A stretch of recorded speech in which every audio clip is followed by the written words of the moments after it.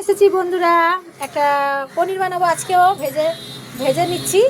দেখো কি বাটি, এখানে একটু তিল আর কাজু বেটে নিই, আর ধনেপাতা, দেখো কচি কচি ধনেপাতা একদম একদম ডান্ডি সরু সরু দেখে, আর কাঁচা লঙ্কা বেটে নিই এর মধ্যে। একটু বেটে নিয়ে দেখাচ্ছি, দেখতে থাকুন। দেখেন পনির তো ভাজা হয়ে গেছে, কড়াইশুঁটি লাগবে, টমেটো লাগবে, আর গোটা এলাচ। তেল বসিয়েছি, দিয়ে দিলাম, এটা একটু লাল হোক। তারপরে এদিকে বেটে নিয়েছি জানেন, একটু ধনে জিরে গুঁড়ো একটু দেবো। জিরেটা গোটা জিরে আছে, এই দেখেছেন বাটা হয়ে গেছে। কিন্তু ওই যে একটু কাজু আর একটু সাদা তিল এটাও দেবো, দিয়ে একটু অন্যরকম করব। মটর ধনিয়া পাতার পনির করব, কিন্তু একটু অন্যরকম করবো। একটু তেলটা একটু বেশি দিলাম, কেন ধনিয়া পাতাটার মধ্যে থেকে তেল আসবে। কিন্তু আগে আমি কাজুটা আর তিলটা তেলের মধ্যে ছেড়ে দিলাম।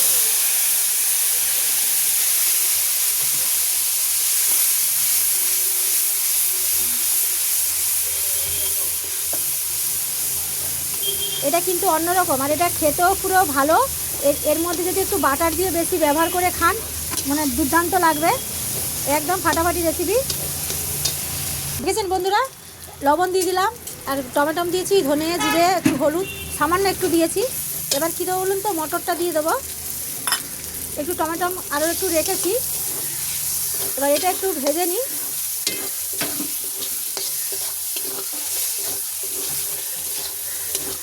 এটা কিন্তু লুচি ফুচি দিয়ে খেতে দুর্দান্ত লাগে জানেন বন্ধুরা।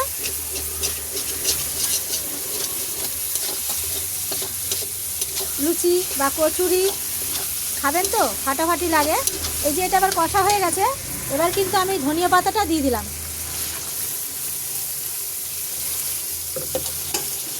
আচ্ছা দেখেছেন, ধনে পাতাটা তো দিলাম, কিন্তু একটু নাড়িয়ে নিতে হবে।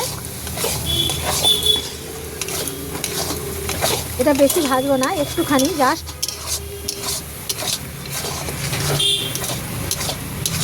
জলটা শোকাবো, যেটা তেলের মধ্যে চলে আসে।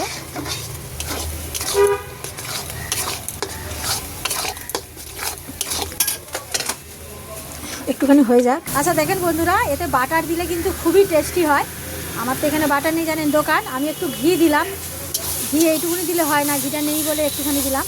কিন্তু বাটার দিলে অপূর্ব খেতে লাগে জানেন। এটা যে ভাজা হয়ে গেছে, জলটা মেরে নিলাম ধনিয়া পাতার, সেন্টটাও দুর্দান্ত বেরিয়েছে জানেন। ধনিয়া পাতা মানে, দেশি ধনিয়া পাতা মানে তার সেন্টটাই আলাদা, কিন্তু খেতেও দুর্দান্ত লাগে।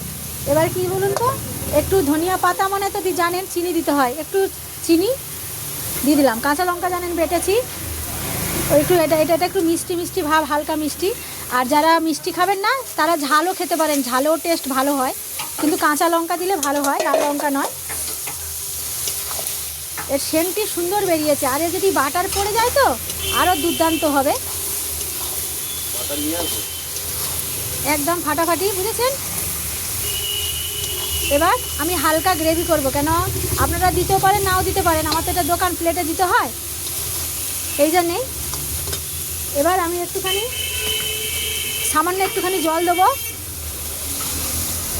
একটু গ্রেভি এটা টেনে নেবে, যাতে একটু মাখা মাখা থাকে, কেন গ্রেভিটাই খুব সুন্দর লাগে খেতে।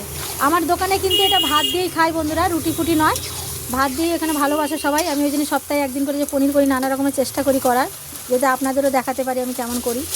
এই জন্য আজকে একটু এরকম করলাম, কিন্তু এটাও খেতে খুবই খারাপ লাগে না, এটা একটু অন্যরকম টেস্ট লাগে। যারা নিরামিষ খান, পনির খান, তারা এরকম বানিয়ে খেয়ে দেখতে পারে, একদম ফাটাফাটি লাগবে। এটা কিন্তু কচুরি দিয়ে তো দুর্দান্ত লাগেই, আর পরোটা যদি খান আরও ভালো লাগবে এই রেসিপিটা দিয়ে, একদম ফাটাফাটি লাগবে। এই দেখেন এটা এরকম হবে। এবার একটুখানি এটা ফুটে গেলে না, সামান্য একটুখানি গরম মশলা দিয়ে দিচ্ছি, দিয়ে নামিয়ে নেবো। আমার তো জানেন সব গোটা, আমি বাটা ব্যবহার করি না, সব গোটা এনে গুঁড়ো করে দিই। এই যে গরম মশলা দিয়ে দিলাম, সামান্য, না দিলেও হতো, কিন্তু দিলাম কেন, বাটার দিলে গরম মশলা গুঁড়ো না দিলেও হয়, দুর্দান্ত। এই দেখেন আমার পনির রেডি, আর খেতেও দুর্দান্ত। আর যদি কচুরি দিয়ে খান, একদম দুর্দান্ত ফাটাফাটি রেসিপি এটা। সবাইকে টাটা, সবাই ভালো থাকেন, সুস্থ থাকেন, সঙ্গে থাকেন।